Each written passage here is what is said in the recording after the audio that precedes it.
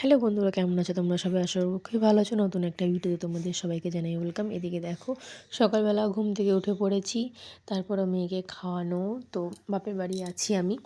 তো এদিকে দেখো, তার মাঝে একটু ভিডিও করে নিলাম। সকালবেলা তখন কিন্তু রোদ উঠে গেছে, তো এক জায়গায় যাব ভাবছিলাম আর কি।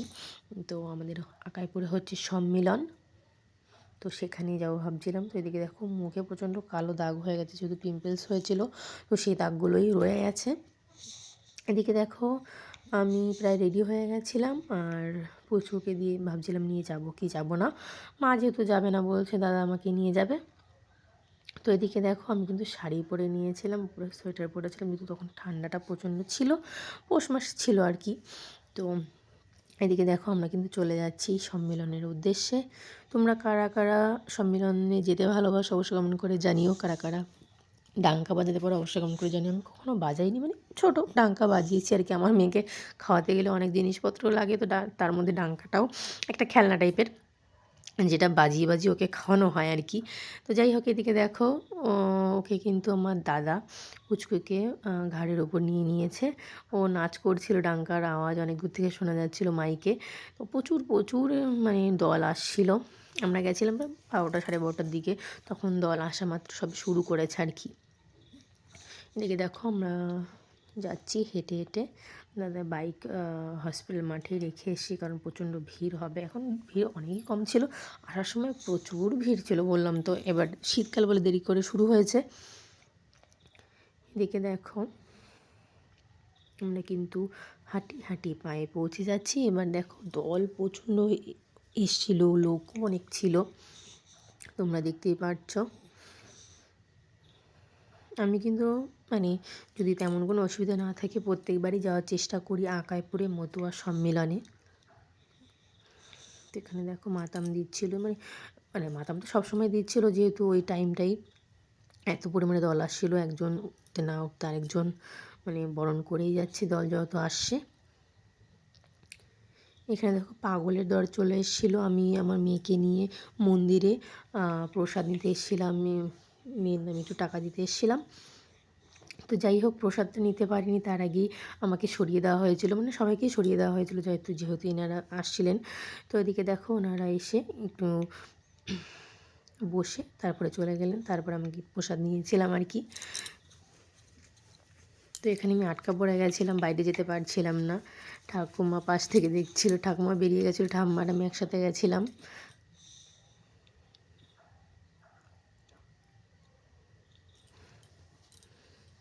তো তোমরা যদি আমার চ্যানেলে নতুন হয়ে থাকো তো অবশ্যই সাবস্ক্রাইব করে পাশে থাকো, আর ভিডিওটা যদি ভালো লেগে থাকে অবশ্যই লাইক কমেন্ট অ্যান্ড শেয়ার করে দিও। তোমরা আমার চ্যানেলে কী রকম ভিডিও দেখতে পছন্দ করো অবশ্যই কমেন্ট করে জানিও। এদিকে দেখো, আমি আর আমার আমি কিন্তু মেয়েকে কোলে নিয়ে ঘরের ভিতরেই ছিলাম, পাশে দাঁড়িয়েছিলাম। আর আমার ঠাম্মা কিন্তু দাদা বলছিল পাশ থেকে যে আসতে পারিস নি তুই। তো তারপরেই দেখো, প্রসাদ নিয়ে বাইরে চলে এসেছিলাম। তারপরে খুবই আনন্দ করছিলাম, মানে হচ্ছিল আর কি, কিন্তু যেহেতু পুচকিকে নিয়ে কোলের মধ্যে আর ভাল লাগছিল না, বেশিক্ষণ দাঁড়াতেও পারছিলাম না।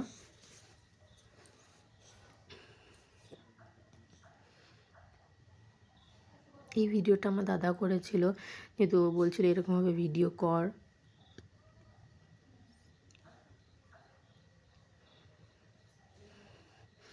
তো তোমাদের কাদের কাদের ওখানে কীরকম সম্মেলন হয়, বা কারা কারা কোথা থেকে আমার ভিডিওটা দেখছো অবশ্যই কমেন্ট করে জানিও।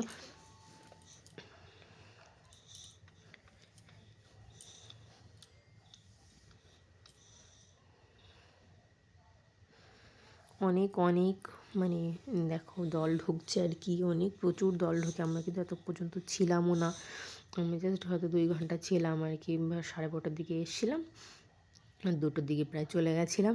এদিকে দেখো, ওখান থেকে চলে এসে আমরা একটু মেলার এখানে, মানে অনেক বড়ই মেলা হয় এবার, আরও দোকানপত্র বেশি উঠেছে। দেখো কত খেলনাবাটি ছিল, যে দাদা বলছিল খেলনাবাটি কিনে দেবে, আমি বারণ করছিলাম কিনে দিতে, কারণ অনেক রয়েছে আর নষ্ট করে ফেলে যেহেতু বাচ্চাদের। তারপরে আমাদের এই কাপগুলো পছন্দ হয়ে গেছে, কিন্তু দাম কম নিচ্ছিল না বলে আমরা কিনিনি আর কি, যেহেতু অনেক দাম বলছিল। এক একটা ছোট্ট ছোট্ট কাপ বলছিল 40 টাকা, 30 টাকা, 35 টাকা, আর দাম কম হবেও না, অনেকগুলো নিলে তারপরে একটু কম হবে, তার জন্য আমরা নিলাম না। সব জায়গায় গিয়ে এই করি, মানে দাম দর পছন্দ হয় দাম দর করি, তারপরে কম হয় না বলে। এদিকে দেখো আমরা কিন্তু খিচুড়ি খেতে চলে এসেছিলাম, প্রসাদ দিচ্ছিল।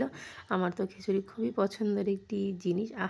গরম গরম খিচুড়ি আমার মানে আমার খিদে পেট ছিল না, কিন্তু তাও অনেকটাই খেয়েছিলাম। আমার মেয়েকে পাশে বসিয়ে রেখেও খুব জ্বালাতন করছিল। এদিকে দেখো আমাদের খিচুড়ি খাওয়া হয়ে গেছে, তারপরে একটু বাদাম নিয়েছিলাম, একটু নিমকি নিয়েছিলাম। তারপর বাড়ি চলে যাবো। এদিকে অনেক মোমো টোমো খাচ্ছিল আর কি। আইসক্রিম অনেক দোকান খোলেনি, একটু পরে খুলবে আর কি, যেহেতু এখন লোকজন আসা শুরু করেছে সবে, দেখতেই পাচ্ছ।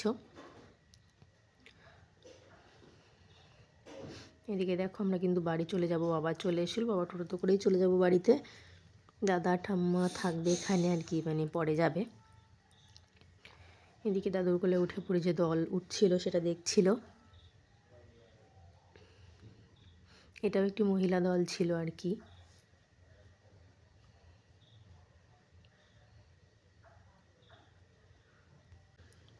আমার কিন্তু খুবই ভালো লাগে মধু সম্মেলনে যেতে, দল ওঠা দেখতে।